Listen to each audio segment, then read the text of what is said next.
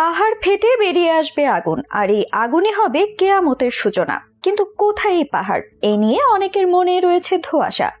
একাধিক ইসলামিক স্কলারের দাবি, কেয়ামতের আলামত নিয়ে সাবধান বার্তা দিয়ে মহানবী যে পাহাড়ের কথা উল্লেখ করেছেন, এই পাহাড়ের অবস্থান মদিনাতেই। চলুন তাহলে দেখে নেওয়া যাক কোথায় আছে এই পাহাড়। সেই সাথে জানবো কেয়ামতের সূচনা নিয়ে 1400 বছর আগে ঠিক কি বলে গেছেন বিশ্বনবী।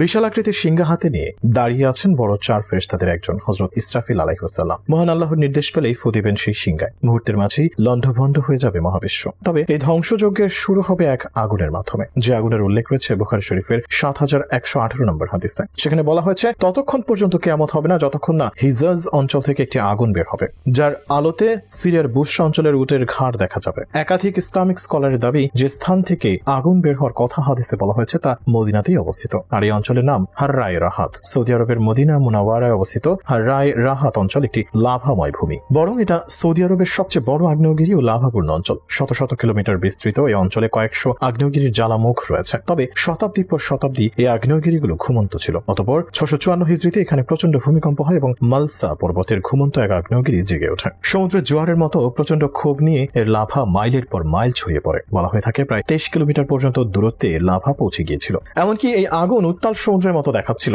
মক্কা ও সিরিয়া থেকে এটা দেখা গিয়েছিল। বিশাল আকৃতির পাহাড় পুড়ে কয়লা হয়ে গেছে, যে পাহাড় আজও দাঁড়িয়ে আছে মদিনার বুকে। কিন্তু কিভাবে এই আগুনের সৃষ্টি হয়েছে সেই ইতিহাস খুঁজতে গিয়ে জানা গেছে যে হিজরি 654 সালের জুমাদ আল উখরা মাসের শুরুতে মদিনার পূর্ব দিকের পাহাড় থেকে ভয়ঙ্কর শব্দ বের হতে থাকে। সোমবার থেকে শুরু হয়ে শুক্রবার পর্যন্ত প্রায় 5 দিন মদিনাবাসী এই আওয়াজে প্রকম্পিত থাকে। শুক্রবারের সেখানে কিয়ামত সদৃশ অবস্থা সৃষ্টি হয়। উহুদের আশেপাশের পাহাড়গুলোয় দাউ দাউ করে আগুন জ্বলে ওঠে। ধীরে ধীরে আগুনের পরিমাণ ও পরিধি কেবল বেড়েই চলে। কয়েক মাইল পর্যন্ত আগুন ছড়িয়ে পড়ে। দিন যায়, সপ্তাহ যায়, আগুন সমানভাবে প্রজ্বলিত থাকে। একসময় মাস কেটে যায়, কিন্তু আগুন নেভে না। উহুদ পাহাড়ের আশেপাশের উপত্যকাগুলো আগুনে ভরে যায়। ভয়ঙ্কর স্ফুলিঙ্গ সামনের সবকিছু খেয়ে ফেলতে থাকে। পাথরের পাহাড়গুলো একের পর এক পুড়ে কয়লা হয়ে যেতে থাকে। মদিনাবাসীর এই দিনগুলো ঘরে কোনো প্রদীপের দরকার হতো না। বলা হয় মক্কা থেকে মানুষ এই আগুনের ঝলক দেখতে পেত। তাইমায় বসে আগুনের আলোতে মানুষ লিখতে পারত। শামের বুশরা শহরের মানুষ এই আগুনের আলোয় নিজেদের উটের ঘাড় দেখতে পেত। মদিনাবাসী নবীজির মসজিদে গিয়ে আশ্রয় নেয়, তওবা ও কান্নাকাটি করতে থাকে। আল্লাহর রাসূলের কবরের কাছে বসে দোয়া ও ইস্তেগফার পড়তে থাকে।